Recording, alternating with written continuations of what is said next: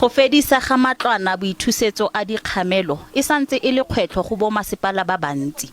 Baagi ba Masepala wa Tikologo ba santse ba dirisa matlwana a mofuta ono. Ba re ba setse ba na le dikgwedi di le pedi dikgamelo tsa bona di sa tsewe. Malekwalo Dibate wa dingwaga tse 31 o tsaya kalafi mme ke yo mongwe wa baagi ba ba amilweng ke seno. Re phela khatla go maemo a boitshegamo.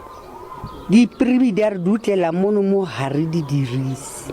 E setse e le ngwaga projeke ya matlwana a metsi e phutlhame le fa go ntshitswe diranta di le dimilione go ikonosetsa. Go nkga mama what about the health ya rona ya bana ba rona wa bona ene re na le bahiri re na le sub kitchen e leng gore e fepa community metsi ha damile mono a itla tsena mo khakanthong ga mthukunya rona sa mnitsone dilo bofeili bono bo mono.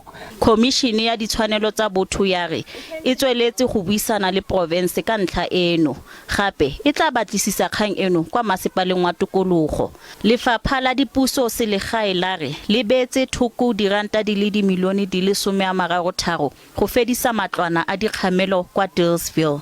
Ka mo tsekana tseo le hore re ho tsona re le naha re kene ka ro democracy ka nnete ke maemo e leng hore a hlobaetsa re le commission ya dikolo tsa botho ke taba e leng hore ntse re sala ka morao. Projeke e tswellang pele ya dimilione tse 33 le diranta tse kana ka 668,000 e tla qetwa le mose tla ka kgwedi ya April. Gape lefapha la re le tla rarabolola mathata a metsi kwa kgaolong eno.